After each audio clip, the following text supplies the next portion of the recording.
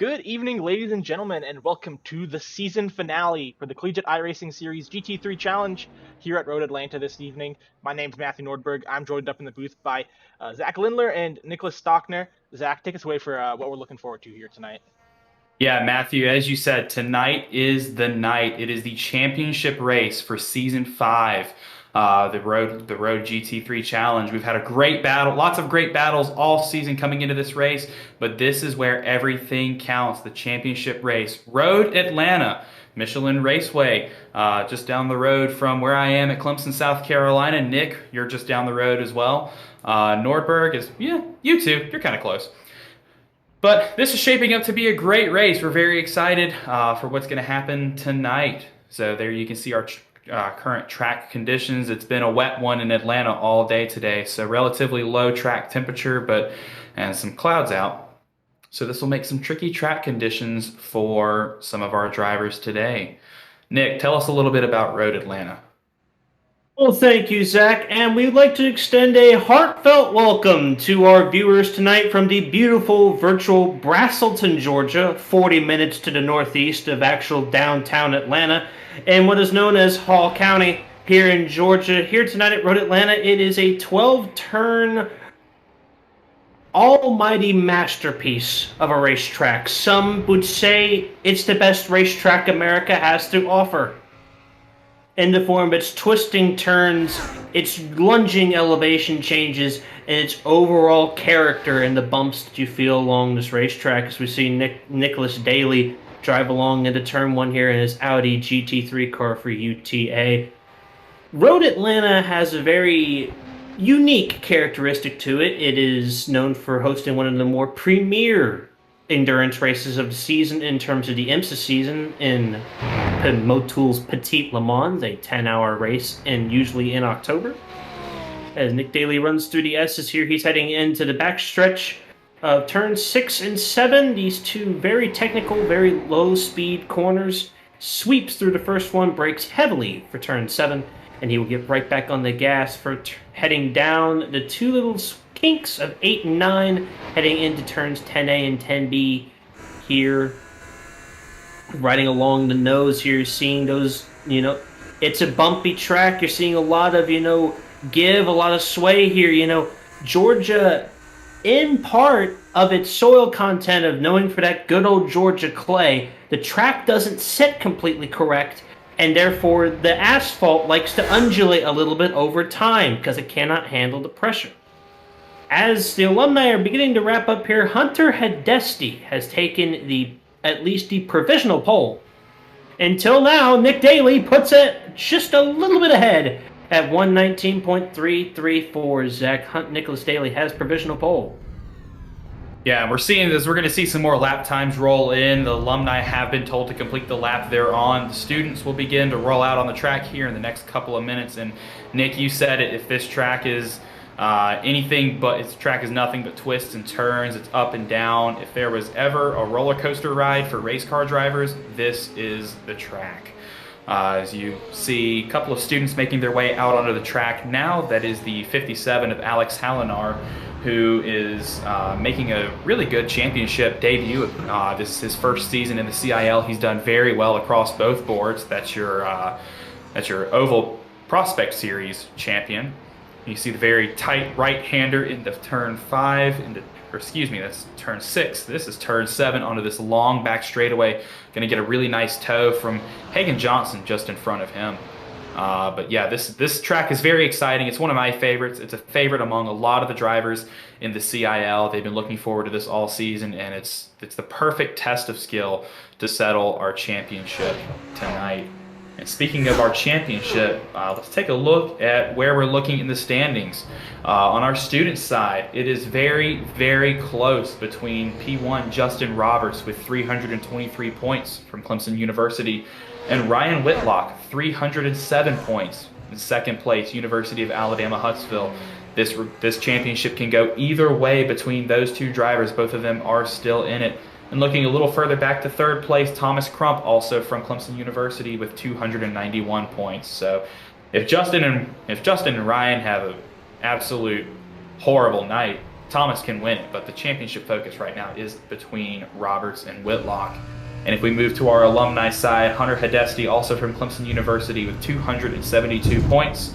Nicholas Daly in second place, 259 points, and Ted Burns in third place with 242. So another very, very tight championship battle between those three drivers. Now, the thing about this is that the drop weeks have already been included, and it is to my knowledge that all 6 of those drivers have already used their drop weeks. So whatever the result they pull tonight from tonight's race is going to be the one that's added to their points tallies. So very stressful, very high pressure situation for these drivers, and I'm looking forward to see what they do tonight. Indeed. Right now, Hunter Hedesti and Nicholas Daly, those two are the only 2 alumni that had entered. Unfortunately, Ted Burns could not be here with us tonight, as so far as we know. So basically, it's a Nick Daly versus Hunter Hedesti show for that championship here in Alumni tonight. Hunter Hedesti with the advantage, meaning if he splits it 1-1 over these 2 races or completely sweeps the 2 races, he's won the title. Nick Daly, in order for him to win the title, he has to finish better than Hunter both times tonight. Yeah, and I'm sure a lot of the crew chiefs for our teams are sitting on their pit boxes calculating, okay, what if my driver finishes in this position? Where does my driver need to finish for this position to get these points? So again, a lot of stress. As you see, now we have Ryan Whitlock on pole as you're looking at Justin Roberts now. Justin Roberts sitting at a provisional P6, so starting a little behind Whitlock. Whitlock getting the pole position there. That's going to be a massive momentum boost going into the first race. Roberts is looking a little bit better this time around, so I think he'll improve on his time. But just to look down the order, is we've got just over 5 minutes left in qualifying. Whitlock with Whitlock on provisional pole with an 18.967. Nicholas Daly starting P2 with a 19.334, and his title rival Hunter Hedesti right behind him in P3, running a 19.383. Whitlock with the fastest time, the only driver to break into the 18s, and only just so. So it looks like that UAH machine has brought a lot of speed tonight. Do you think there's anything the Clemson drivers can do, specifically Justin and Thomas? Maybe they can pull something back from this rocket? I definitely think that it's going to be a heck of a drive tonight for all 3 drivers. I'd like to also point out that Justin Roberts right now is sitting behind Ryan Whitlock's teammate, Jordan Ricky. You don't know if a little bit of team play could come into order tonight. I know the Clemson team is definitely thinking of some team orders to help out Thomas Crump and Justin Roberts, especially with Andrew Williams and Hagan Johnson being so gifted around this racetrack.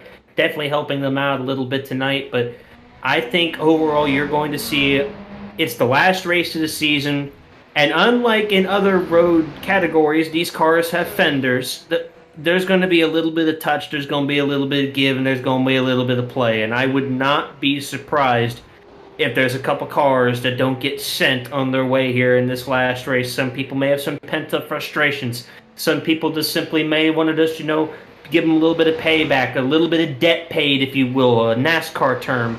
A lot of people may just be willing to just do that little bit extra tonight. This is the last race we're going to have for a little bit, and a lot of people are definitely willing to set it off on a high note. And you mentioned a couple of drivers that were gifted at this track. A lot of drivers have had a lot of experience on this track over this past weekend with the Peachtree 3 charity event. I know a lot of drivers in the CiL partook in that event, so some additional practice going on there.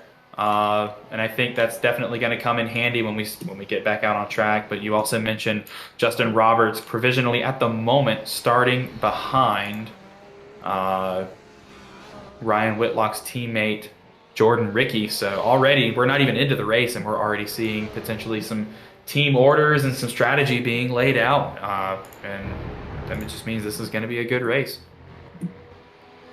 Indeed. Whitlock is so far the only driver to make it into the 1 minute 18s. He sits at a 1:18.96. If I flip on over to him, he is right now putting out another lap, going through the S's as we speak. He looks to be on an out lap as he doesn't have a recorded time. So he heads through the S's. He's heading through 5 of that little bit of extra curbing. He will use it. He heads along the backstretch. climbing up the hill and sending it on down into the little plunge before he gets into turn 6.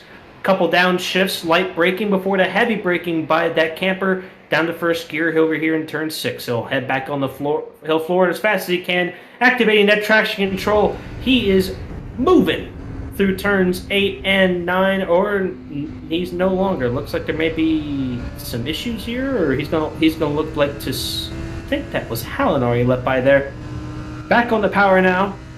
He may be looking to set up his first full flying lap this next time by as he brakes hard into 10A and 10B, two very technical corners and what some would call the only true passing zone on this track.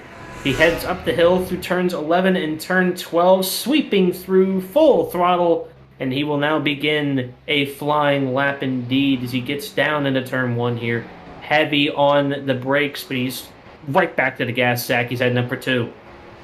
Yeah, Nick, you mentioned it. I'd say turn 10 and really to a stretch, turn 6 are the only two passing zones on this track that you can really get to work, and that's just because this track is so technical, it's so windy. We're on board with Whitlock going through those S's. You can see just how tight those corners are, only one line through. But this track with the two passing zones coming up on turn 6 here, this is one of them. Racing here is all about patience. It's all about setting up your move. It's all about timing. It really takes a good driver to complete a successful overtake on this track. And it's like I've said all season, your best drivers are not necessarily the fastest, but they're the ones that know how to race the track and race other drivers. They're the smart ones. They're the ones who are going to sit there for a couple laps and plan their move, and then when they finally see that door open, when that gap exists, they're going to go for it.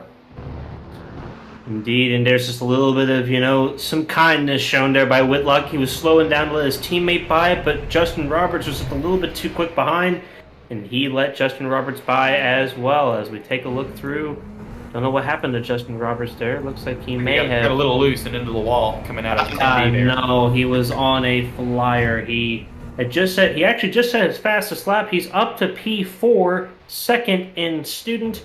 Now, Justin Roberts was able to finish second in student twice tonight, but if Whitlock won student both times, Whitlock gets the title. It's just that close. Roberts basically, at this point, it's kind of like a daily Hidesti deal. Roberts needs to beat Whitlock once outright, and that will really hurt Whitlock's chances. Whitlock needs to basically put it to the floor and beat Roberts twice, and he has this title in the bag. Same thing for college. Yeah, we're seeing the same thing, like you said, in both championships here, where your leading driver, if they win a race, it's pretty much over. If the other driver is out of contention, they would have to basically win the race and the other driver DNF to secure the championship. So obviously the driver on top has a better chance of winning coming into this last race. But a lot of things still need to go in both drivers' favor if they want to win the championship. And I don't think any championships can be secured in the first race, so that's where the chaos of Race 2 comes in. If you're not familiar with the Collegiate iRacing League GT3 Challenge format, tonight will consist of two 25-minute sprint races. From Sprint Race 1 to Sprint Race 2, the top 12 of the field will be inverted. So, if you win Race 1, you'll start 12th.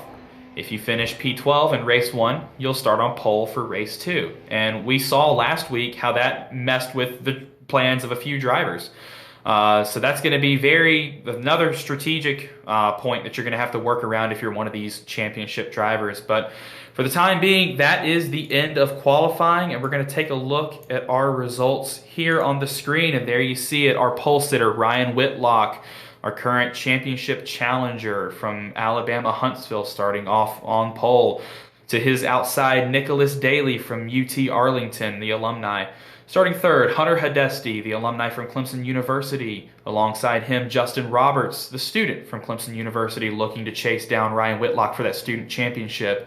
Behind them, Thomas Crump, also from Clemson, a sea of orange up on top of the field here. Starting next to Crump, Alex Hallinar, the student from Binghamton University. Making up row 4 is Andrew Williams from Clemson. Jordan Rickey, outside of him, from Alabama Huntsville.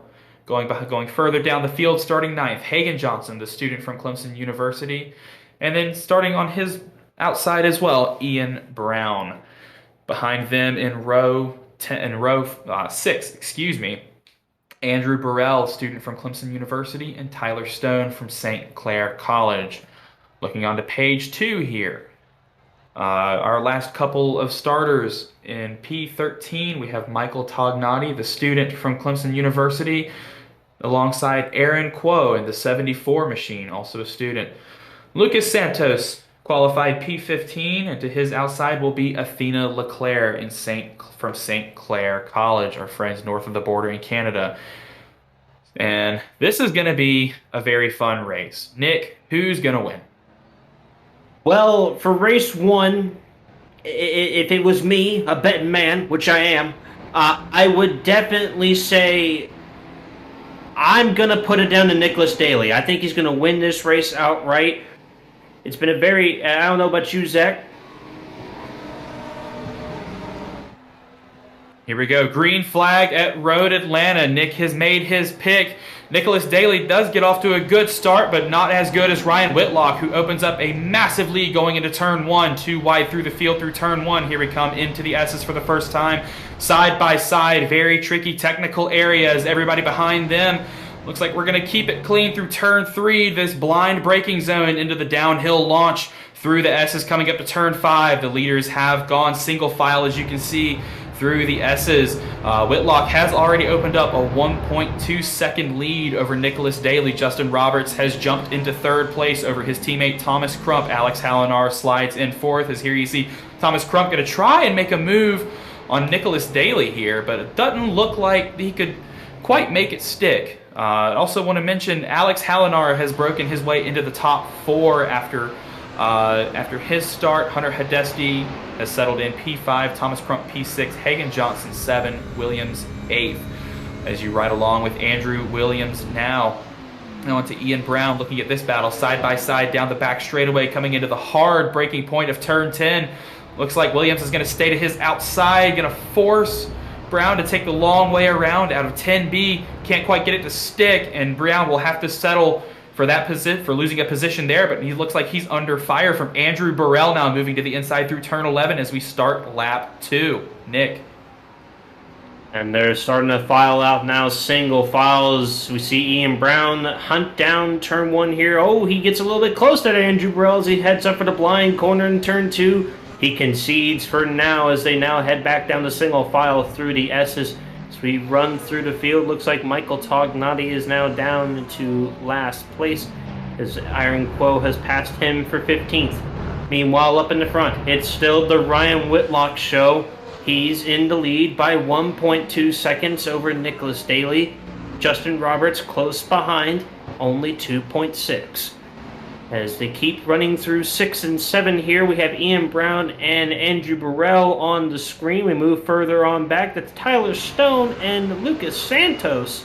Lucas Santos, he is actually in his CiL debut today. It's a bit of an odder time of the season to make your debut here on the last race of the season, but better late than never, as we say. He's currently speeding through the little kinks before he gets to turns 10A and B, heavy on the brakes. Looks to take a little peek on Jordan Rickey, but Tyler Stone there, sorry. But it doesn't really work out in his favor. He climbs up the hill, under the bridge, and through into turn 12, Zach. Lucas Santos, the student from University of Minnesota there. Welcome to the CiL, buddy. We hope you have a great time. Welcome to your first races. Now we look kind of further towards the front of the field. Alex Hallinar is putting up a charge on Justin Roberts. This will be for the final podium position in 3rd. There you see Justin Roberts leading a train of cars behind. It looks about 5-6 cars behind him. So maybe a little bit on this, maybe a little slow tonight for Justin Roberts, not having the run he would want to put together. A little bit of a Nicholas Latifi train here from the Canadian GP, I think is what we're seeing here. But there you see Justin Roberts followed by Hallinar, and then Hunter Hadesty, the alumni from Clemson University, trying to get up to Nicholas Daly in P2 as someone goes off back there. I think that was the 23 of Williams. Great recovery back onto the track, but he's going to sacrifice his speed and big run down the back straightaway. Alex Hallinar maybe going to try and line up a move here, going to protect the Justin Roberts going to move to try and protect the inside going into turn 10 here. Hallinar to the outside, but that's going to let Hunter Haddesty in the picture as well. Justin Roberts, excellent defending there going into and out of turn 10, the bus stop there. Back around turn 11, Malinar's move, a little compromise there. He's going to now come under attack by Hunter Haddesty, who, like I said, is going to try and get up to the front of the field to challenge Nicholas Daly. Doesn't look like he's going to be able to do it this time into turn 1. Justin Roberts leading this pack again, that time by the green. I think we saw the 23 got a little loose right there coming out of turn 1. It's very easy to do. So as we ride on with Hallinar here, we can see that he's got his eyes forward. Focus on that rear bumper of Justin Roberts. There you see a train of Clemson cars. Thomas Crump currently running in the 6th position. Now looking to be coming under fire from the 7 of Hagen Johnson. Crump going to move to the inside and try and defend here into turn 6. Forcing Johnson around the long side here. And Crump will successfully defend that position. Looks like Johnson's going to get a better run down the back straightaway again. That is for the 6th position. Yes, here's Hagen Johnson. He is quickly behind Thomas Crump. If he was to get this position of Thomas Crump, it would make his faint, yet still there, championship chances just that much more desperate. But here comes Hagen Johnson. He breaks hard into 10A. He completes the pass, heading into 10B, and he'll sprint up the hill through under the bridge here in turns 10, 11, and 12 as he swoops on down, full on the gas. He's ready for turn 1 coming up here in just a very short straightaway. Now back up ahead. It's once again the Hallinar and Roberts show. Hallinar takes another peek into turn 1, a peek you usually don't see, but this time it will not come to any fruition as Justin Roberts continues to use his expert defending skills here to handle Alex Hallinar. And if you're Hunter Haddesty, you're actually wanting Roberts to push Hallinar behind because Haddesty needs track position to try to catch Nicholas Daly, as that's his championship battle he's losing right now. Roberts, if you're him, you wanted to try to get away from this mess because you're seeing Whitlock literally slip through your fingers, as if you let Whitlock have this win right now, you're making that second race just that much tighter. And Whitlock has opened a 1.8 second lead over second place Nicholas Daly, and then an additional almost 4 seconds back to Roberts. So Roberts almost 6 seconds behind the leader Ryan Whitlock already, about 6.5 minutes into this race out of 25. Coming down to the turn 10, once again, Hunter Haddesty going to try to line up a move to the inside. Very late braking there, can't quite get it done as Haddesty shuts the door pretty hard on, or as Hallinar shuts the door pretty hard on Haddesty there. Great defending move there. As we come back for another lap, this will be lap 6.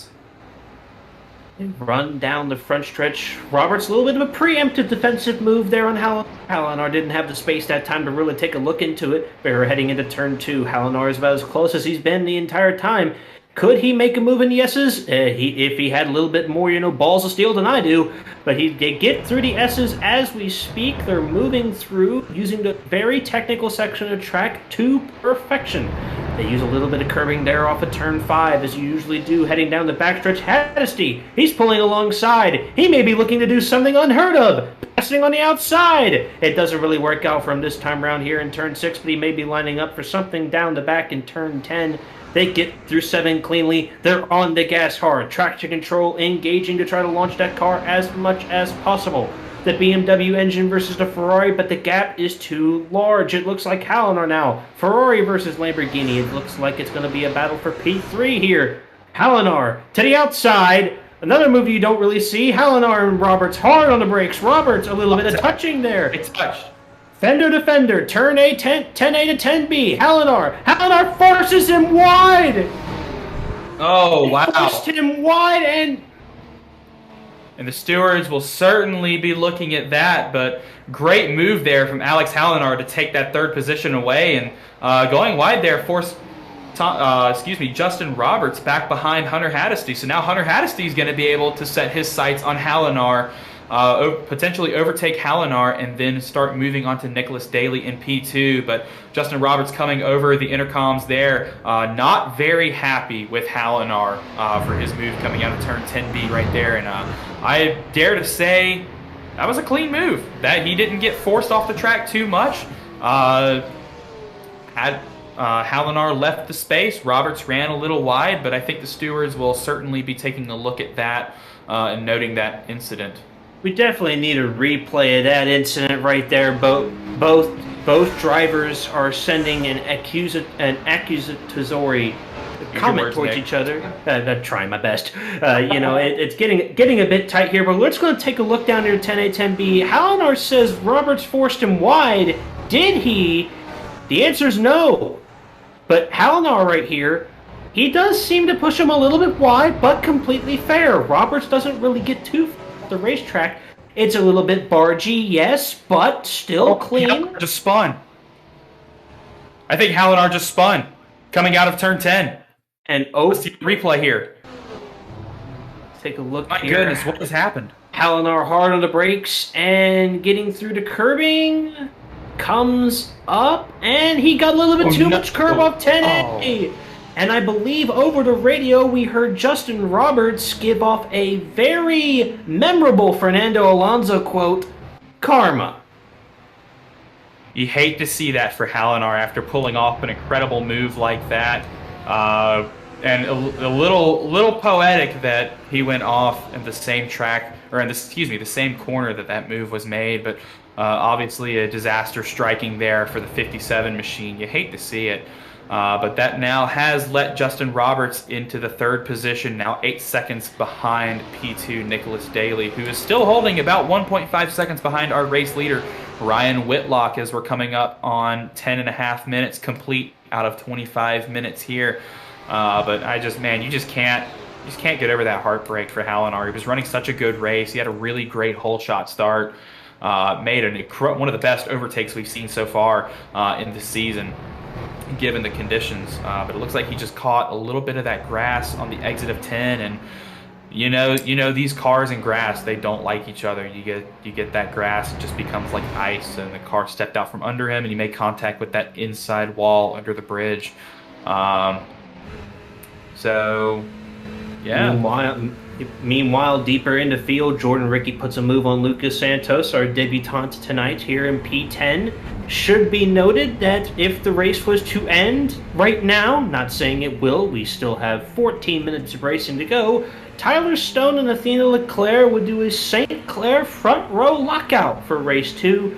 Right now, the challengers to get that pole position away from Athena Leclerc is Aaron Kuo, who's only 2/10 back, and Andrew Williams, the Clemson University Orangeville Racing driver, now only 1.9 seconds behind Aaron Kuo. So that's a very tight race indeed there for the pole of the next race. But back up to where we're sitting right now with a Clemson train in 3, 4, and 5 positions. Should be noted, with Nicholas Daly being an alumni in second place, Justin Roberts is getting the second place points for the student championship, which means technically Whitlock and Roberts are 1-2 right now, theoretically, in what they're racing for. And with the current points calculations, this works in favor for Whitlock, but Whitlock would have to do it one more time, and he's champion. Right now, in terms of the alumni race with Nicholas Daly and Hunter Hidesti, Nicholas Daly is doing everything he needs to do. He's beating Hidesti. If he does it one more time in the next race, he's champion. It's been a very, very exciting race so far. We're 12 minutes in. It's been a very action-packed, lots of great overtakes, Zach. Halfway through, do you see anything changing up in the top row? You know, I'm looking at Whitlock's lap times, and I'm looking at Daly's lap times. Daly's lap times have fallen off a little bit. He's lost about a half a second, 6/10 to Whitlock these last 2 laps. Whitlock is still running very consistent laps. I'm also seeing Justin Roberts and the rest of that Clemson train running consistent laps as well. So I think knock on wood, I'm not trying to jinx anything, but I think these results are going to hold as we see them now. Turning towards the back of the pack, where we're looking at those P11, P12, P13 positions, I think we're going to see some changes there as drivers are vying for that pole position spot for next race. And we've mentioned it all season with the invert. The top 12 drivers of race 1 will be inverted for race 2. We've seen that play some strategy in the past in these GT3 Challenge races, where maybe if a driver is sitting P11, P10. They maybe might let the guy behind them take that position because it means they're going to get a better start for race 2, and we especially see some hard racing towards the back of the pack for that 12th position to try and get that pole.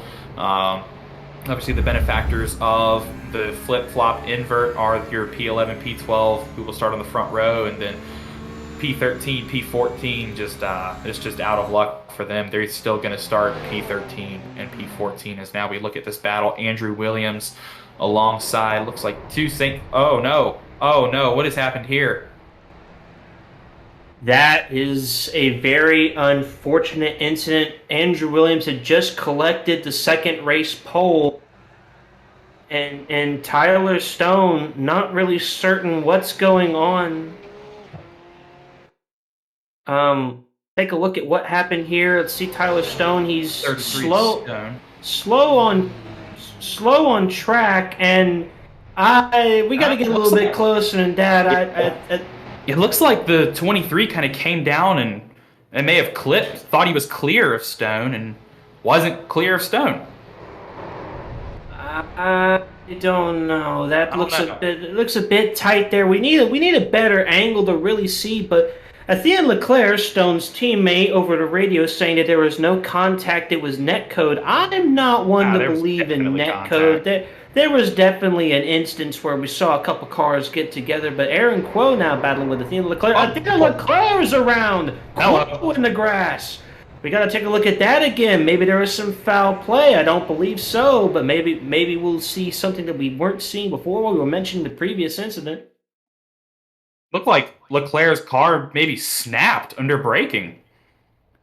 She got a little loose under braking there, and it just snapped around on her, and nothing she could do about that. Quo, I guess, trying to outbrake themselves as well. It's trying to see through some trees here. I don't really. By the time we get full vision again, Athena's already loose, and Athena is pointing some pretty,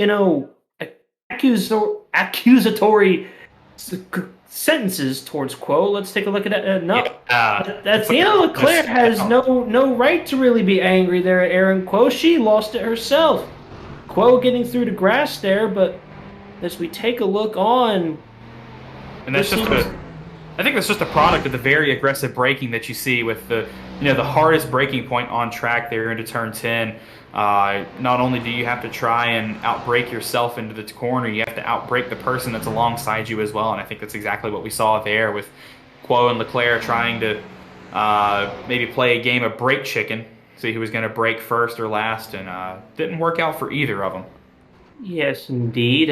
Just a little bit of a steward's update. The incident between Alex Hallinor and Justin Roberts was noted, but no decision was made on that. It was deemed just a little bit of rubbing his racing, a little bit of NASCAR there. But as far as the Williams and Stone incident is concerned, it was deemed that Andrew Williams did come down on Stone, didn't give him enough room, and he sent himself on a little journey, and no penalty will be administered for this incident due to the fact that, the 23 penalized himself. He sent himself into the grass. Moving on up the field here, we have Justin Roberts once again, P3 overall, second in student, doing a little bit of damage limitation here. Hunter Adesti right behind in P4, also a Clemson car. Second in alumni tonight, P4 overall. He's doing some damage limitation, but there's not much more damage to limit. There's only 2 alumni out there tonight, so it's not like there is much to lose there. But as we move on back again, the battle for the second race pole is getting heated. Andrew Williams and Aaron Quo, they are running through the full back stretch here, running through turns 8 and 9. Andrew Williams looking to get that draft. He pulls alongside. He's steady outside in 10A. Is he looking for a switcheroo in a 10B? No, Quo has a little bit there. Drew Williams, he gets the launch off the corner. They go through the bridge. Quo tries to pinch him. Drew Williams says no. They're side by side through 12, and Drew Williams concedes into turn 1 here. Quo's going to keep that second race pole for just 1 lap longer, Zach. Yeah, I think looking back ahead towards the top of the field, like you said, damage mitigation right now for Justin Roberts, but still a very good points haul. That championship, the balance scale not really tipping in any other driver's favor as a result, if these standings hold of these race results. But I think we're going to see some team orders, possibly with that train of Clemson cars behind, saying hold position, try and keep it where it is. As you see it on the top left of your screen, Ryan Whitlock, P1 student, Justin Roberts, P2 student, and Nicholas Daly, P1 alumni, with Hunter Haddesty, P2 alumni. Indeed, indeed. And Andrew Williams voicing his frustrations over the radio, citing concerns with the 74 cars' movement under braking. Now, the CiL does not strictly follow to the T Formula One's rules of the defender is only allowed one move under braking. But, once again, it's a gentleman's league. You need to have a little bit of give and take here. You can't just simply weave across the racetrack. I mean, I'm guilty of that myself, but then again, I'm not the greatest driver. That's why I'm calling it. And there's contact are in the wall, and both are wrecked. It's going to be a Stewart's Field Day in there. There may be something to say.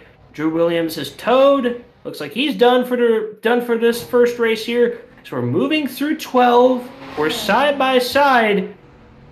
Quo hits him. Oh, I think Williams may have gotten a little loose right there. It looks like he turned left into Quo. We're gonna have to take another look at that real quick. We need to take a look again and see what happened here. I mean, side by side. I don't know from that angle. That angle looks a bit even like there. They may have made contact. Both of them went too wide off of turn 12. This will show it right here. Take a look at this angle here, and yeah, it looks like I think that looks like a little bit of net code because I don't really think the 23 there. 23 looks pretty good. They look pretty straight coming out of this corner here.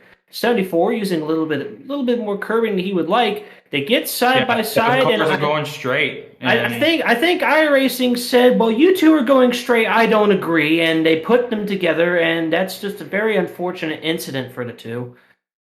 Very, very difficult to say the least. Both cars were having a very difficult night being around the back of the field, and that is a second Binghamton car tonight involved in the race. Now, it should be noted that Andrew Williams is actually retired from the event. He will fall in line and write what looks to be P15, as Alex Hallnar is also retired from the first event. Quo is and we got a car spinning.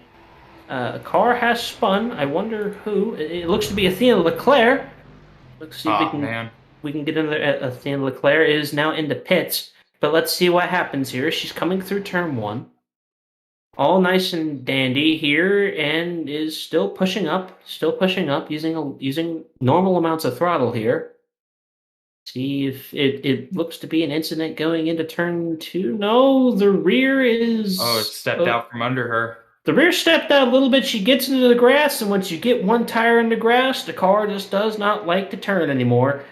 The car slides around a lot, and she's going for a ride. Traction control, ABS, working their wonders here in a GT3 car. But she has had enough. She is in the pits for the rest of this race. I don't blame her. It's been a very difficult scene today for many drivers. Yeah, a lot of drivers have had their already bad races go from bad to worse. As you saw with Williams and Leclerc there, and Quo, as a result of the contact there with Williams, or lack thereof.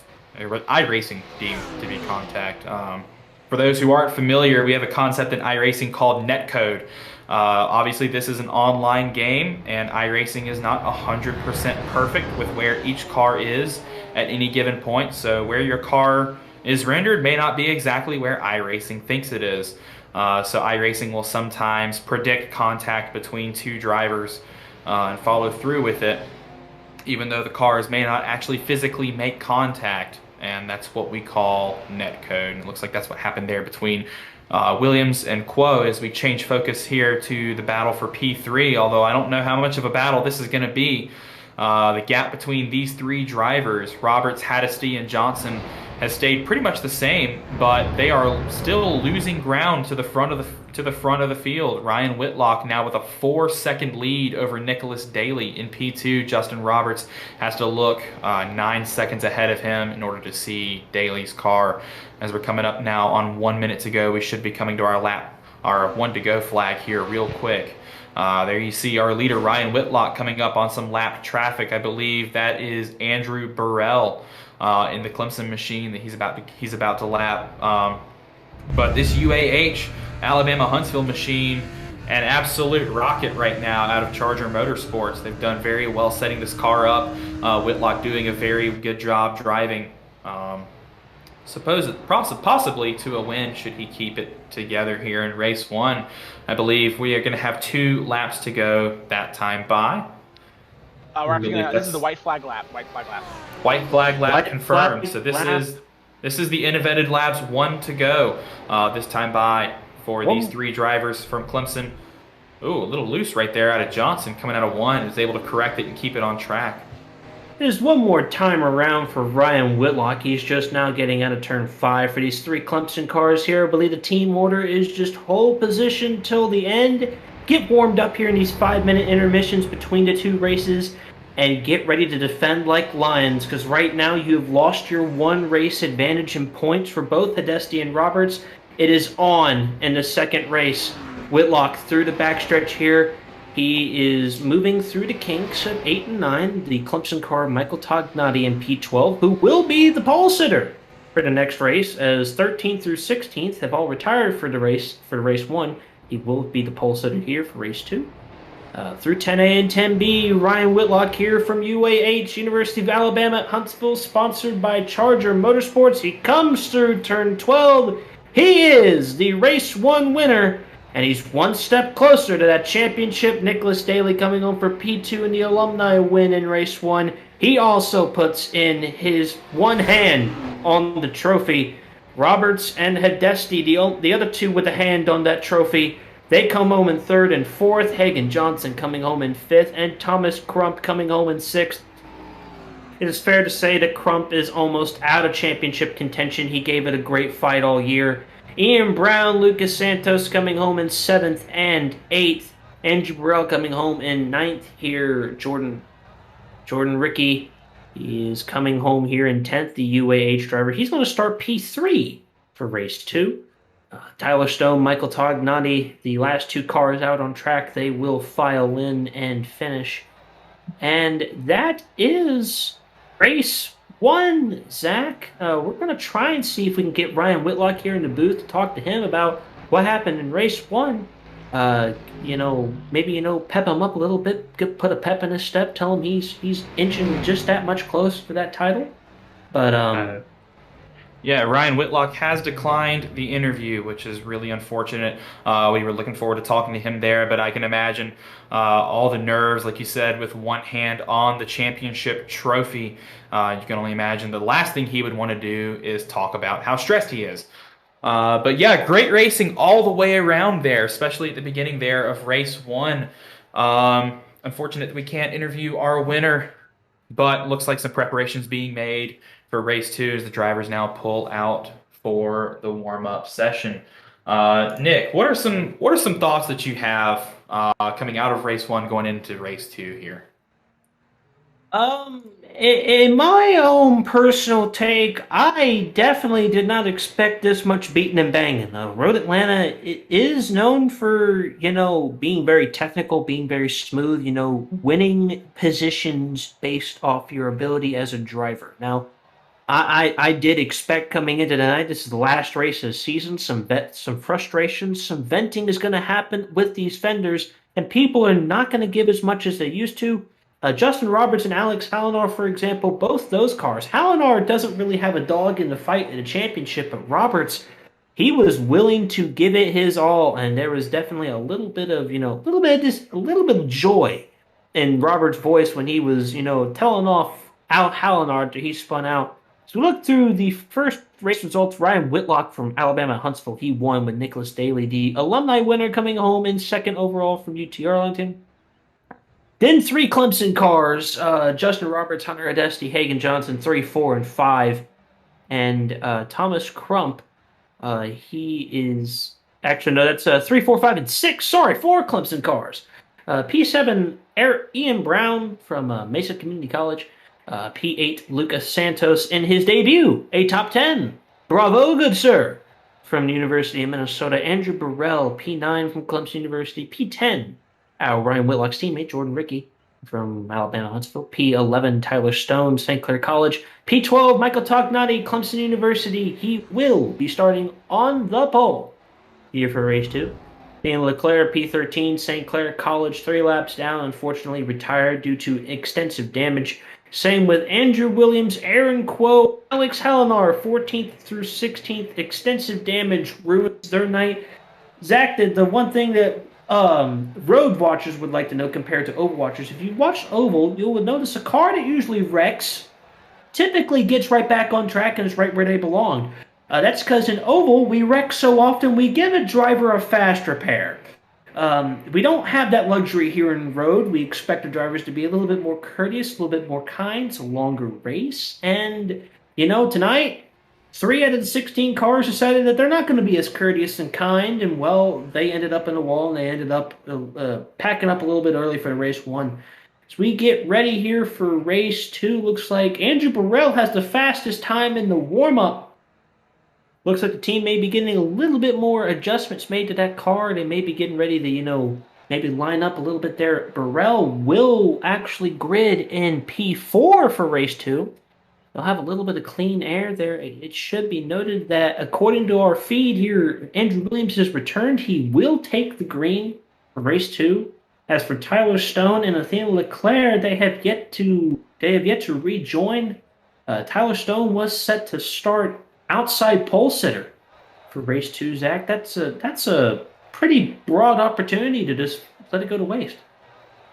Yeah, this second race is where it all counts. You said it best. There's driver nerves coming on now, but I think we're going to keep focus on our championship contenders on the student side. On the student side with Roberts and Whitlock, both of those drivers now have to make their way up through the field and not get punted or caught up in an incident. And the same extends to Haddisty and Nicholas Daly, our alumni contenders. Both drivers now with a hand on the trophy. They can see it coming home. Looks like we got a quick radio interview here. Let's see if we can get Nick Daly up in the booth. Yep, let's talk to Nick Daly, who is our alumni winner from race 1. Nick, congratulations on the dub. You've halfway to the trophy. How do you feel?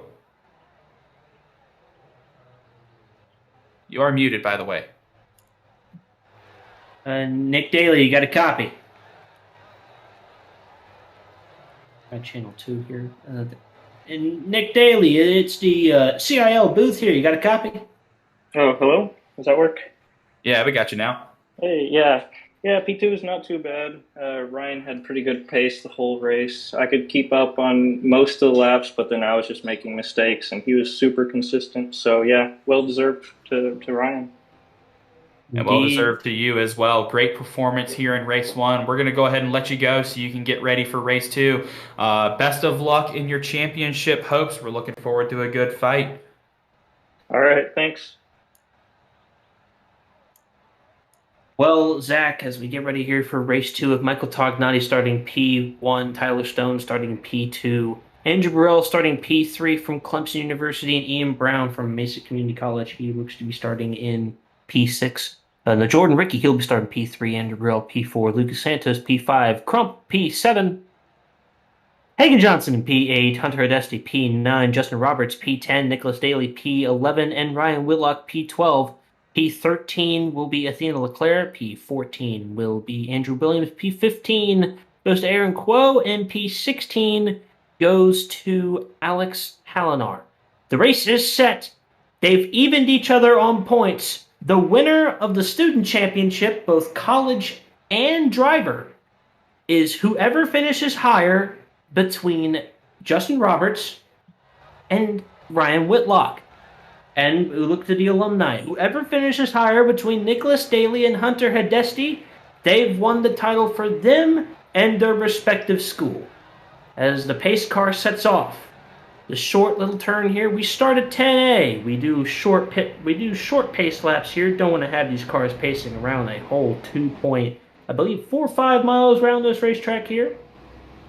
Michael Tognotti and Andrew Burrell, they are off and away. It is theirs to stay. Michael Tognotti will take the lead into turn 1. Is he looking to keep it? Jordan Ricky's going to lunge to the inside. Will he halfway through the pack? Somebody's off. Somebody's off. That's a UAH car. It's Ryan Whitlock. Oh, no. The championship duel between Whitlock and Roberts. More spinners in the back. I think Justin may have gone off too. No, that's Crump and looks to be Quo. Crump and Quo. How Whitlock, UAH fans, their hearts sinking. They have 25 minutes to make a comeback. It could happen, it could not. We're going to watch this whole time. Jordan Ricky, Whitlock's teammate, enjoying his first lead of his CiL career. Ian Brown taking P2. Michael Tognotti back to P3 with Burrell P4. Santos P5. Roberts in P6. He is currently your student champion. We look forward to Hagen Johnson in P7. Nick Daly in P8. He's currently holding the championship with 2 hands now. In P8 overall, P1 in alumni. Andrew Williams back in P9. Hunter Adesti now in P12 as Whitlock has passed him.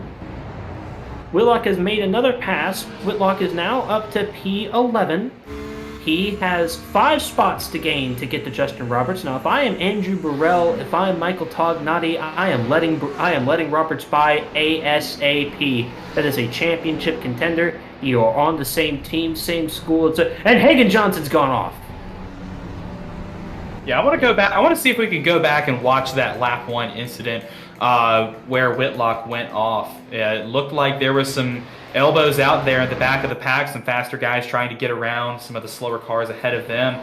Whitlock trying to make an eager move to the outside around Crump, just carrying a little too much steam, late on the brakes, and went off, thankfully keeping it out of the wall there, and was able to continue. Like he said, Whitlock is now in P11. Justin Roberts is in P5, so Whitlock does have his work cut out for him, but as we saw in race 1, he has an absolute rocket of a car there out of the Rocket School, University of Alabama at Huntsville. So we've seen that he's able to complete passes. We've been able to see that he can have a ton of speed around this track, as it looks like he's now sizing up Aaron Quo, going to try and set up an overtake into turn 10 here as they come down the long back straightaway.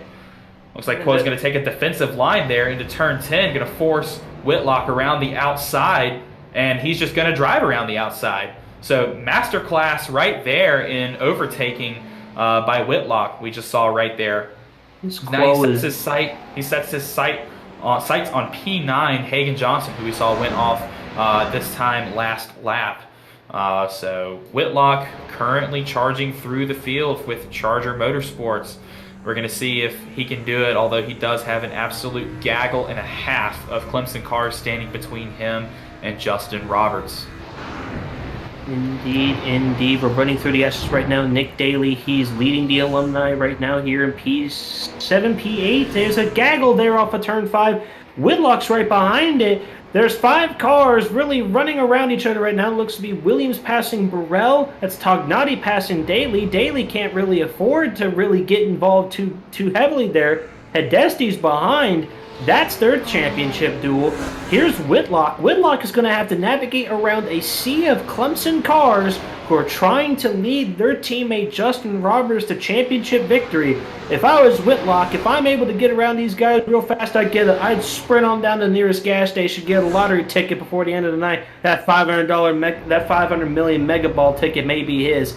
But, you know, he's moving through 10A and 10B. He gets past Michael Tognotti. That's 1 Clemson car down. He's up to P9.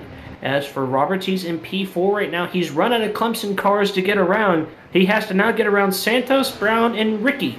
At least for him, he had better pace than those 3 cars in race 1. He may be able to make some better moves than most and get around them and try to take the lead.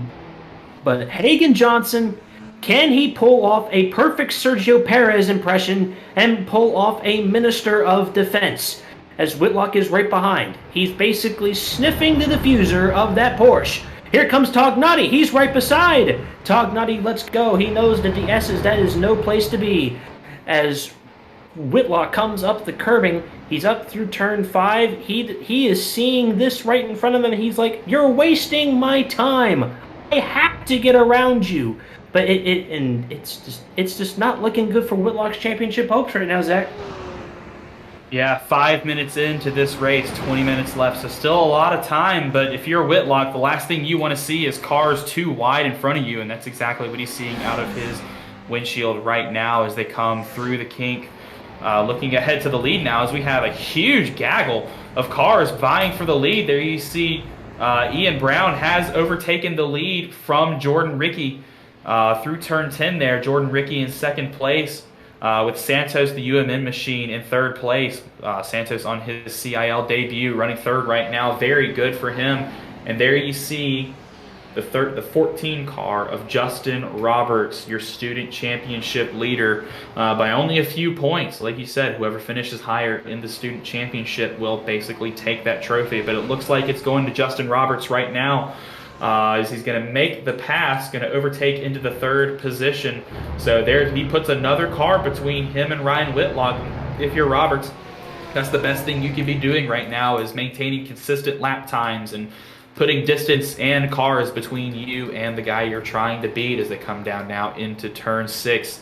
Now to turn 7, going to try and set up a move for the back straightaway. It looks like Ricky got a little loose right there on braking into turn 6. It's something that's very easy to do here at Road Atlanta with that uphill crest in the braking zone into turn 6 down the long back straightaway. Ricky now coming under fire from, I believe that is the 23 of Andrew Williams. Williams may be trying to set up a move going into turn 10 here. Ricky moved down to defend, going to move back up high. Drew Williams is sticking to that inside line. He's going to commit, and he's completed the overtake there in 10A and will drive away, get the drive off from 10B under the bridge into 11 and 12. Nick, if you are just, it's a tale of two stories right now between Justin and Ryan Whitlock. If you're Justin, you're definitely content where you are. But if you're Whitlock, you definitely think there's some alarm bells going off in that cockpit of it's time to get going. This is probably the most aggressive driving we're going to see out of that UAH machine. Indeed, indeed. Whitlock is going to have to channel in all of his inner abilities as a race car driver. He does some IRL racing in some quality oval racing at his local Huntsville Speedway short track. Not like a road race, but Whitlock has so much experience in sim racing, he's having to channel in everything he knows to channel in a perfect masterclass here for these last 18 minutes. If you're Justin Roberts, you're looking at the two cars ahead, Lucas Santos and Ian Brown. Ian Brown, by the way, leading his first laps ever in CiL competition tonight. But Justin Roberts, you have more pace in these two cars. You need to get around them to get more points, because if you win the race, there's no question, you've won the title. But if you are Whitlock, you're looking at cars that have similar, if not just a little bit more pace right now. We don't know how much damage that car sustained going through the grass. Odds are it's little to none, but it's still enough to mess with the internals. Ian Brown, Lucas Santos, they're going side by side. A debutante and the first time that Ian Brown's leading a race. Two newcomers to the front of the field. They're going toe-to-toe. This is right in front of Justin Roberts. Justin Roberts would probably like these two to either just pull over to the side or just not really get entangled, because he doesn't want to have to deal with a mess. I really think right now it's turning into something spicy here, Zach. We may be seeing, Abu Dhabi 2021 levels of interesting here. Oh man, I sure hope not. That's too much for me. But yeah, taking a break from our championship battle, let's put some focus on these two front runners. Very new to the CiL. Brown and Santos are, and they're up here running in the 1-2 position. Now, some of you may be saying, "Oh, well, it's because of the invert." Well, these guys are putting gaps on the field behind them, and it goes to show you just how important the clean air is in these kinds of races. As there you see Santos going to try and make a move on Brown outside of the corner there. on the outside of the corner through 11 and 12 here for the lead. Swapping between the in-car views of the drivers here. But a major shout out to these two guys that they're doing this well. They're putting distance on these incredible drivers behind them in Roberts and Williams, Daly and Whitlock. So big props to them. This is a huge confidence and momentum boost that they'll carry into next season, especially if they can pull off this 1-2 today. And I believe Whitlock just got by Daly for the 5th position. So now Whitlock is only 2 spots behind Justin Roberts. As there you see the gap. There's Whitlock coming down the first back straightaway. You just saw the 23 of Williams going into turn 6. And there you see those 2 Clemson cars out of turn 7 now. Whitlock, he's not going down without a fight. He didn't hear no bell. He's coming back. He wants this trophy. He wants to bring this championship back home to University of Alabama Huntsville for Charger Motorsports. As there you see the gap slowly coming down for Justin Roberts there. The car between those two, Andrew Williams and the 23 Clemson car, teammate of Justin's. So definitely a lot of communication on the mics between those two. Going to have to put up a really, really good defense there. Williams will have to if he wants to save his teammates' championship hopes. But coming back up here to the front, this battle between Brown and Santos is still on fire. It looks like Brown got a little bit of the grass right there, is able to save it off track. And Santos will re-inherit the lead. A little bit of a mistake. Williams is around. Williams spin? Williams is around. He's dropping like a fly. Oh boy, unfortunate. This just got interesting because here comes Whitlock. Still has a car between him and Roberts, with Ian Brown recovering from his spin. Glad to see that he didn't lose too many spots. But Brown obviously coming under a lot of fire here from Whitlock, as Whitlock's going to try to go to around the outside. Brown may have some issues, loses some speed there into turn 6. May have picked up some suspension damage from that spin. Not sure if he got a piece of the wall there, but it looks like he was able to keep it out. And so now here is your championship battle. 2 seconds, about 1.5 to 2 seconds from Roberts in P2 to Whitlock in 3rd. Whitlock has recovered from his spin. Nick, this is about to get really good. It should be noted as we look here on our live point standings, the battle between these two drivers right now, Justin Roberts and Ryan Whitlock, it is 6 points. If Ryan Whitlock was to get around Justin Roberts and win P1 to P2, it's Whitlock's championship. If Roberts finishes ahead of Whitlock, it's Roberts' championship. The college is a little bit more dispersed between the two. Clemson looks like it could probably round out the title here. It would need a little bit more of a nightmare scenario. But as far as it's concerned right now, Roberts and Whitlock, they are 2-3 right now. Santos has a 1.7 second lead ahead. It's looking more like it could be his race to win in his first ever weekend here in the CiL. That would be a story to believe. As Nick Daly also, for the Alumni Championship followers, Nick Daly right now, he is well clear of Hunter Adesti. It's looking like it's Nick Daly's title to win, as looking like Ian Brown getting past Hagan Johnson there. That's for P5. Looks like Ian Brown, he took a little bit of a escapade through the grass, but he's back to where he belongs now, up near the front.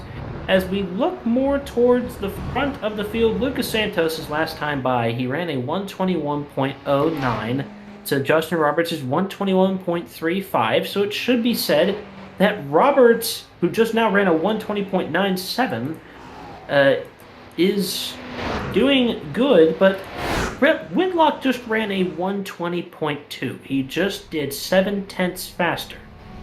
Now we look towards Lucas Santos, who ran a 120.69.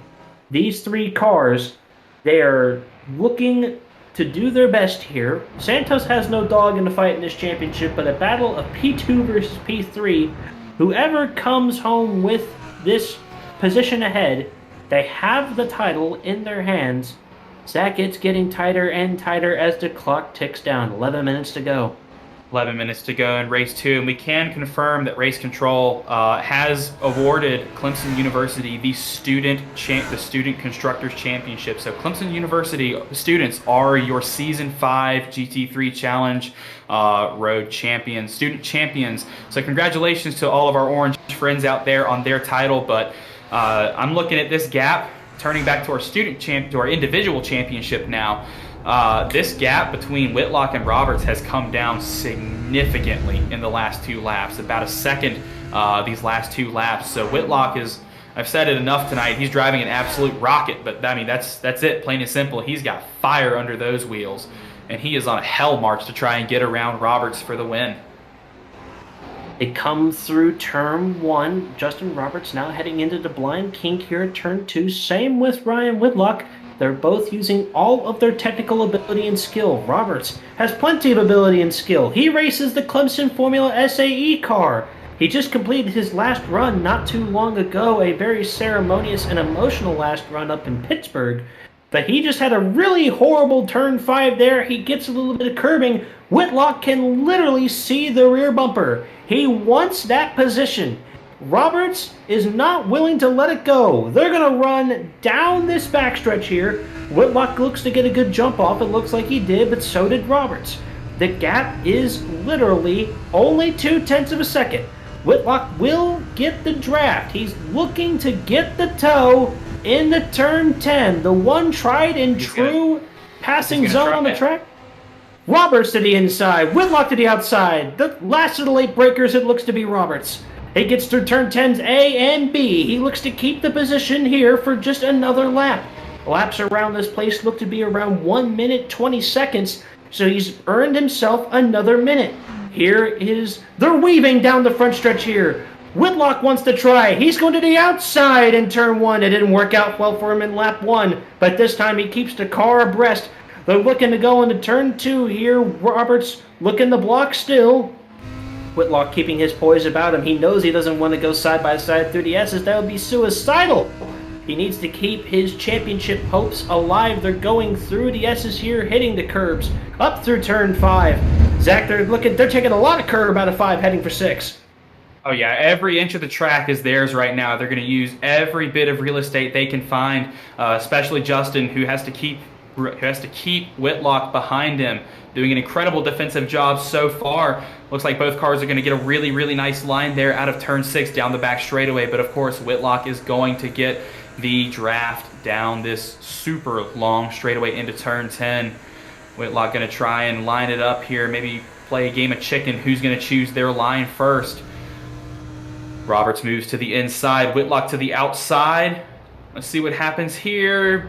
Nothing. Late braking for both drivers. Roberts is going to successfully defend that position for one more lap. 17 coming on 18 minutes complete in this race out of 25. So quite literally coming down to the wire. And I think we're starting to see some duplicate moves. Maybe I think we're going to start seeing a couple tricks coming out of the book here in the next few laps for Whitlock. Not side by side, but they're single file through the S's this time around once again. Whitlock carrying a really big boost of momentum there into turn 5, a little earlier on the brakes, trying to set up a good exit. Both cars using a lot of curbing there as Whitlock now looks to the outside of Roberts, going down the back straightaway. They make a little bit of contact. Oh, they made contact! Whitlock hit them. Oh, no. Whitlock in the grass once again. UEH fans, their hearts sink. Roberts that move dirty. Roberts just pushed Whitlock into the grass. If I am the stewards, I have a very difficult decision on my hands. The two championship contenders, side by side, fender to fender, not giving an inch. Roberts says no. He'll shove him into the grass. And Whitlock honestly pulling off some Tokyo Drift style moves here. He doesn't completely loop it. He did so well to limit the damage.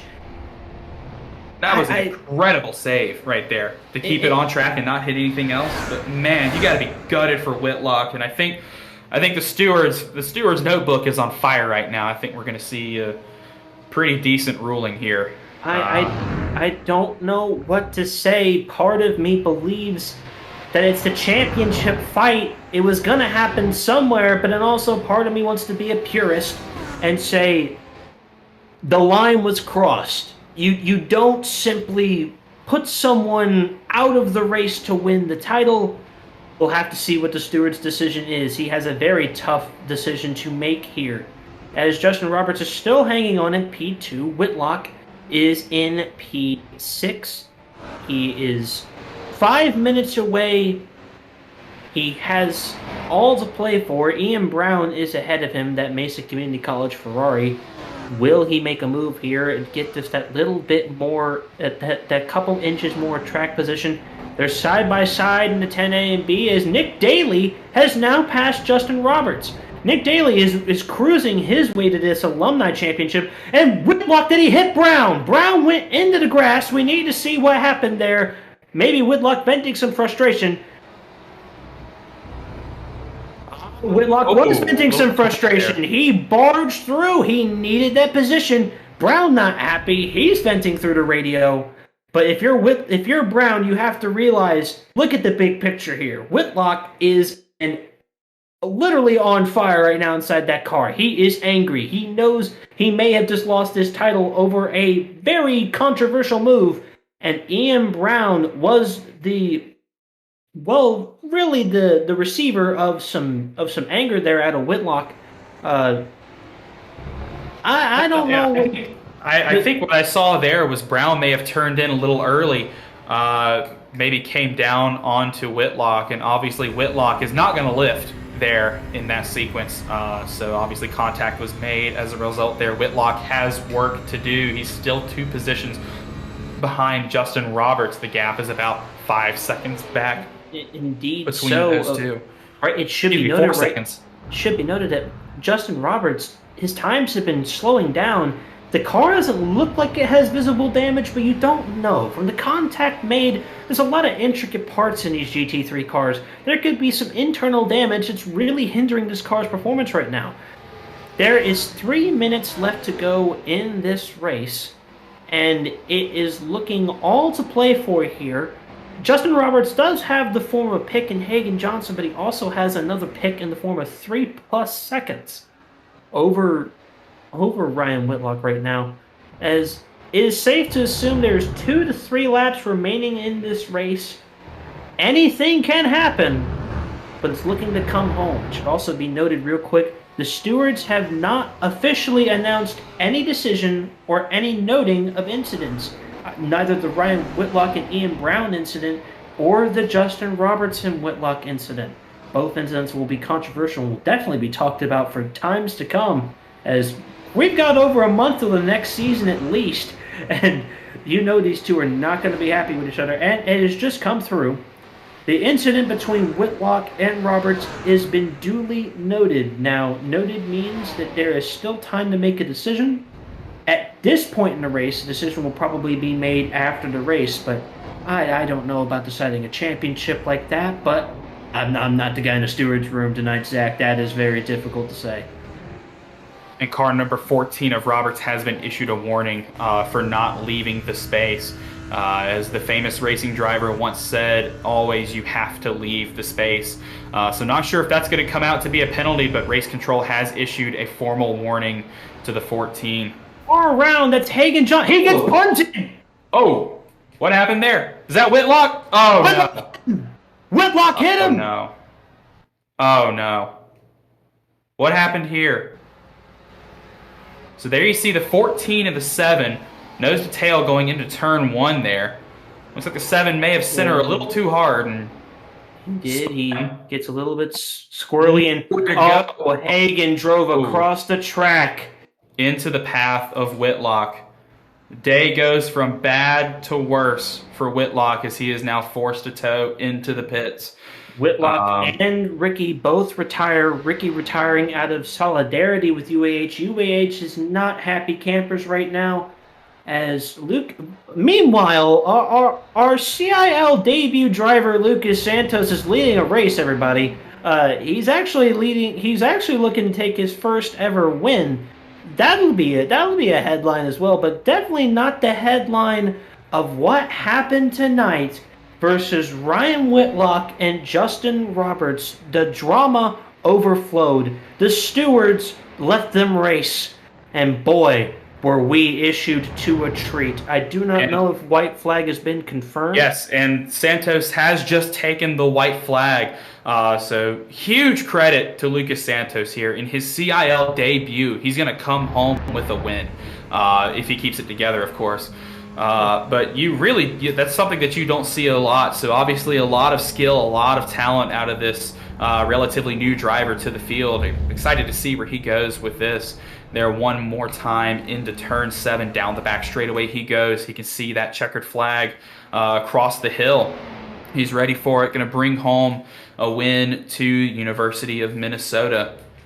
Very great drive from him, all skill. He kept his cool, kept it calm, despite all the chaos behind him. He put his head down, head forward. Strategy worked perfectly, and that's all the makings of an incredible race car driver. So we're looking forward to seeing what he will do for us in the future in the league.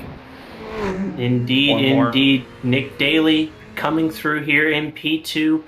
Flashing of the lights here for Lucas Santos. He's won his first career race, but we looked at P2. Nick Daly out of UT at Arlington. He's your alumni champion. He's done everything tonight. And Justin Roberts has won the Collegiate Student Championship for the CiL GT3 Challenge. He is your champion. Ian Brown comes home in P4. The champions come home in P2 and P3. And a dramatic turn of events. What a race. What a season. We started at the high banks of Daytona. We finish here in the twisty turns of Road Atlanta. Justin Roberts, he turns off the trash control. He's lighting it up. He knows he has won. Clemson University will take home Constructors Championship for the students.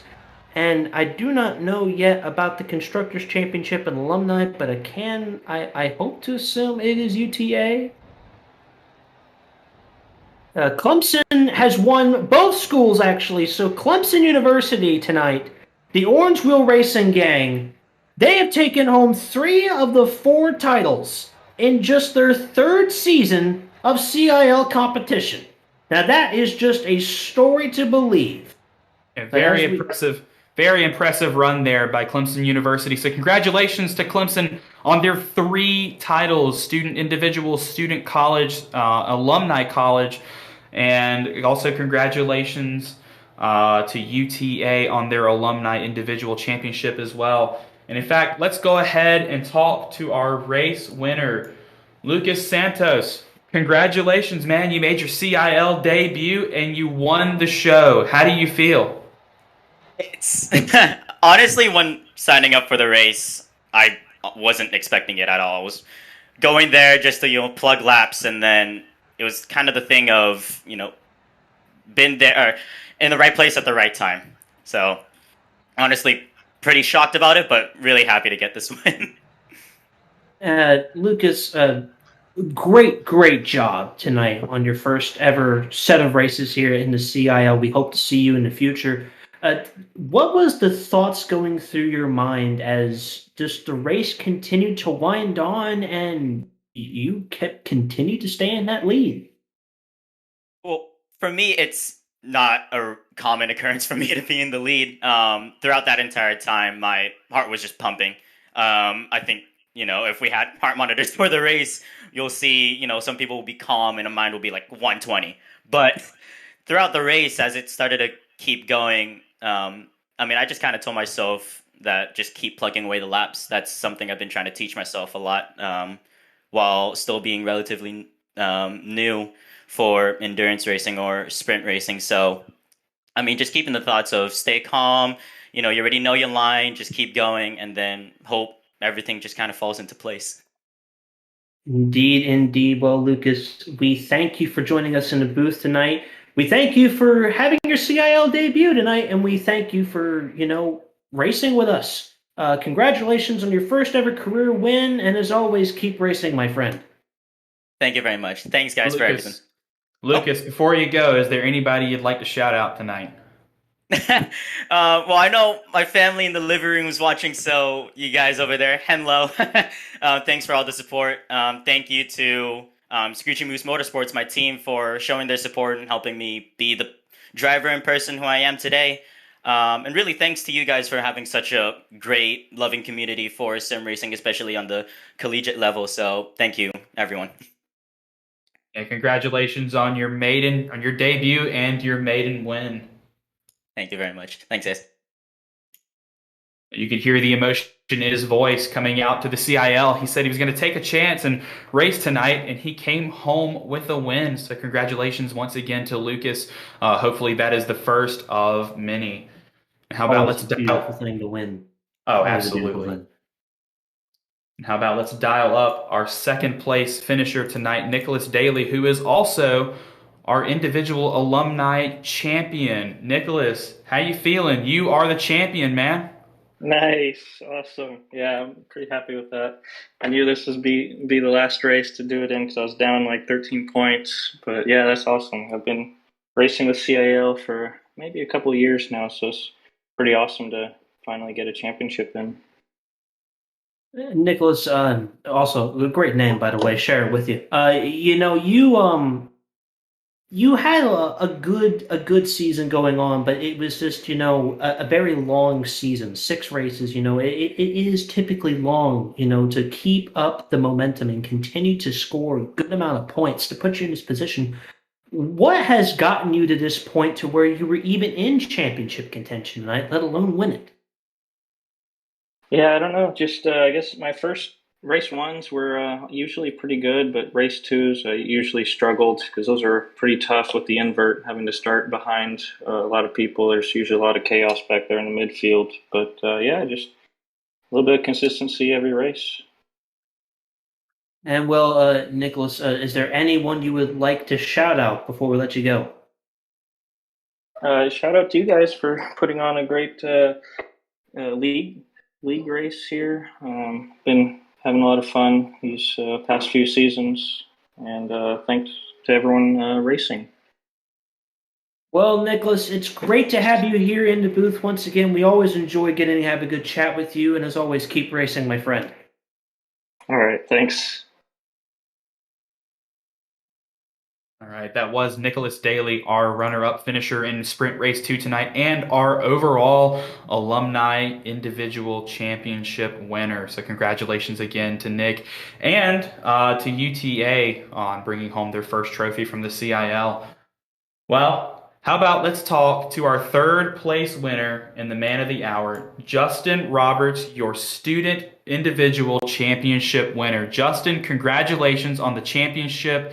It was hard fought and not without controversy. What's going through your mind right now?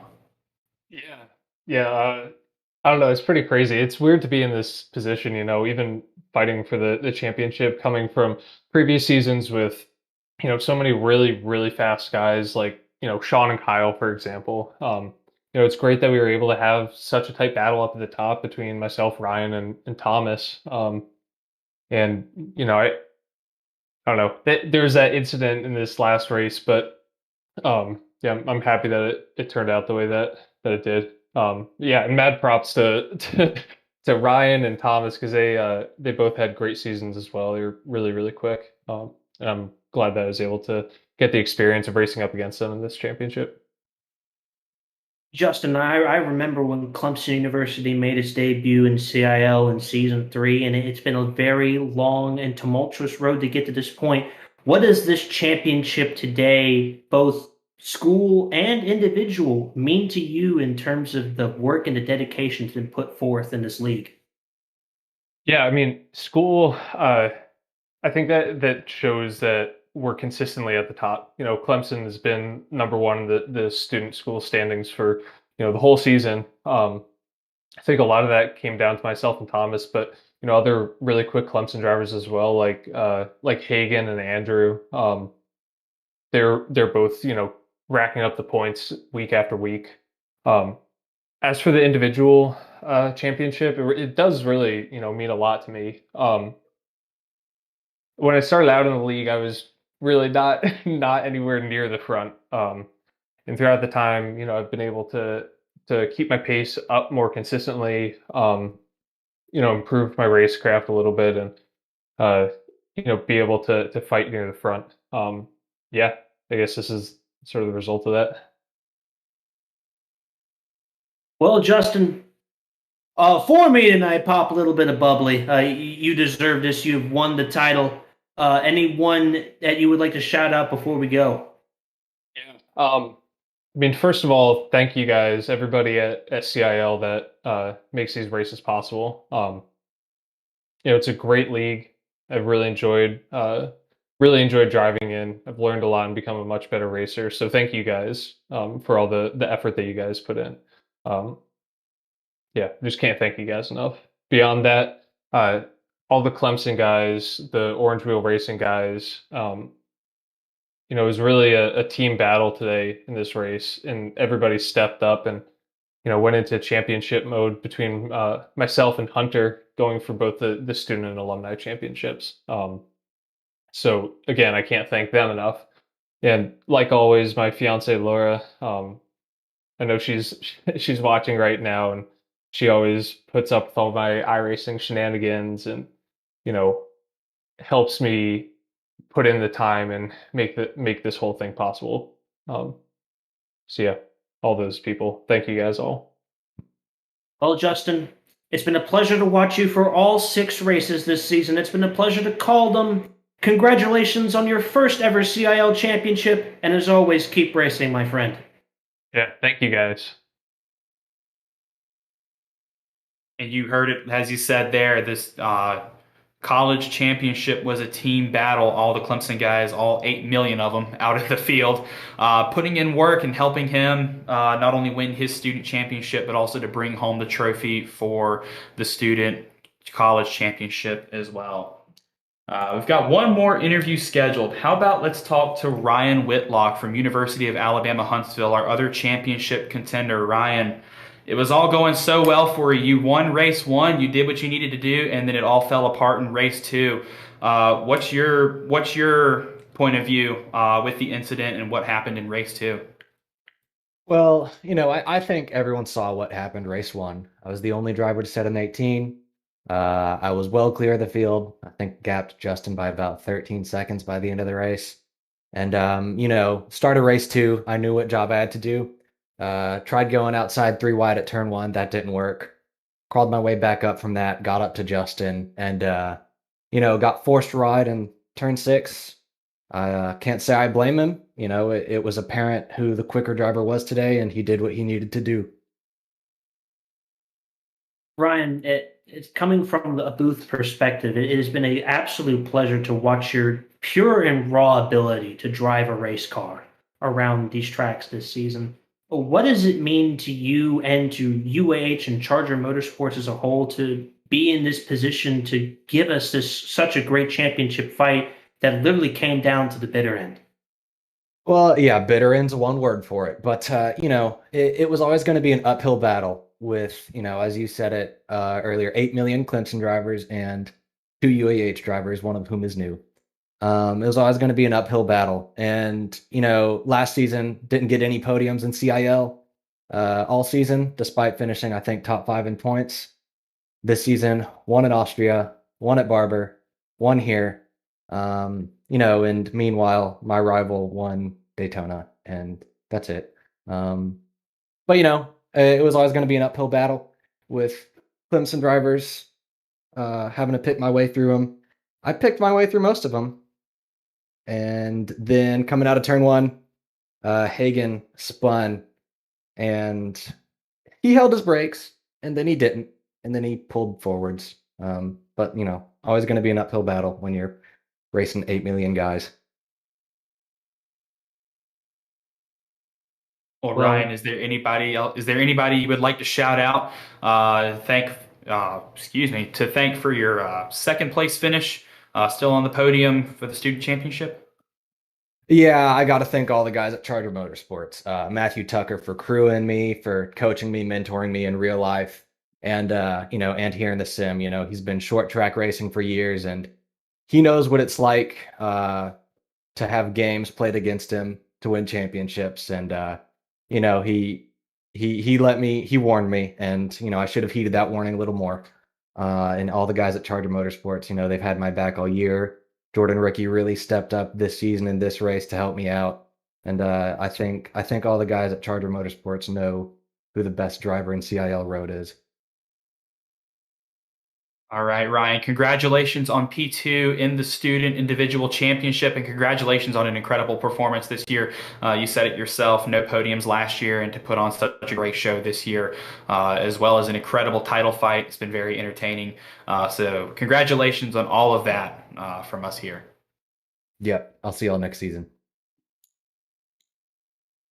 And there you heard the emotion out of Ryan Whitlock there. Disappointed in his performance and disappointed in a couple of other things in that race. But still a very entertaining fight and one hell of a race, Nick. That's going to do it for us here at CIL this season. Do y'all have any final thoughts to wrap up this season? I'd like to echo your thoughts. I can't say I blame Ryan Whitlock for his frustration fighting so hard all year long, and that championship just slipped right through his fingers there at the end due to a very controversial move. I'm sure it will be a topic for time to come. But as for the season as a whole, as for this race as a whole, it has been an absolute blessing and just a pure show of beauty that is motorsport to watch this season unfold, this race unfold. I can't say we could have gotten or asked for anything better tonight. It was truly, truly a beauty to call and a beauty to watch, and I can't wait for the oval race next week and for seasons to come in this league. Yeah, and here we're going to take a look at our race 2 results. Unofficial winner, Heat 1 results. Sorry. Our winner from race 1, Ryan Whitlock, followed by Nicholas Daly, and then Justin Roberts taking P3 from the podium there. Moving on to our Heat 2 results. Lucas Santos, the rookie, making his debut, the student from University of Minnesota. Congratulations to him on his first race win. Nicholas Daly, the alumni from University of Texas at Arlington, brings it home. P2 did enough to secure the individual alumni championship for his school. Justin Roberts finishes 3rd from Clemson University, and that's enough to bring him the student, individual, and college championships. So congratulations to both of those drivers on their performance and their success. Moving on out past the podium, Ian Brown brings it home 4th. Andrew Williams and Andrew Burrell, P5, P6, both students for Clemson University. Aaron Quo puts on a good performance for Binghamton, brings it home in 7th. Michael Tognati, Hagan Johnson, 8th and 9th, both students for Clemson University. Ryan Whitlock brings it home 10th after an unfortunate race for University of Alabama Huntsville, followed by his teammate Jordan Ricky, also a student. Moving on down into P12, Hunter Haddisty, the alumni for Clemson University. Hunter was able to bring home the Alumni College Championship for Clemson University as well, so congratulations to Hunter. Thomas Crump finishes P13, student from Clemson University. Moving on to Alex Hallinar, P14, student from Binghamton University in upstate New York. And then rounding out our field tonight are our Canadian friends north of the border. Tyler Stone brings it home P15, and Athena LeClaire P16 from St. Clair College. So it's time for my favorite question of the day. Who is your driver of the day, Nick?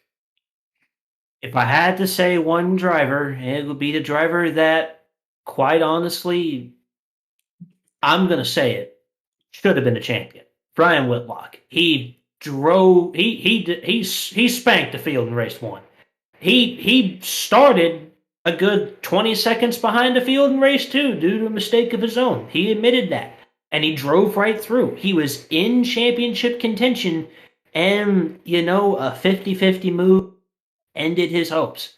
I believe truly today he was the best driver here at Road Atlanta. Yeah. What about you, Matthew? Yeah, I think you had a great choice there for your driver of the day. But I think the driver who came second in both races tonight, Nicholas Daly, pulled out all the stops he needed to tonight to secure that alumni championship. Beat Hunter Haddesty in both races tonight, exactly what he needed to do in order to clinch the championship. And I think he was keeping pace with Ryan Whitlock in that first race there. He got about 2 seconds behind and kind of kept pace from there. But Nicholas Daly, a quiet but definitely composed drive from him tonight, and I think he's my driver of the day. Well, Matthew, you took my pick. I was going to give it to Nick Daly as well, but I'm going to have to choose Lucas Santos. He comes in his debut race. Doesn't necessarily do the best in race 1, but makes the best of that invert, starts and gets a great launch at the start of the race, and he's able to defend and drive away from the field, showing class, skill, and strategy to bring home the win in his first ever CIL race. So my driver of the day is Lucas Santos. Well, guys, that is a wrap on the CiL GT3 Challenge Season 5. We've had an incredible season of tight battles, close racing, not without drama, and we've declared our champions.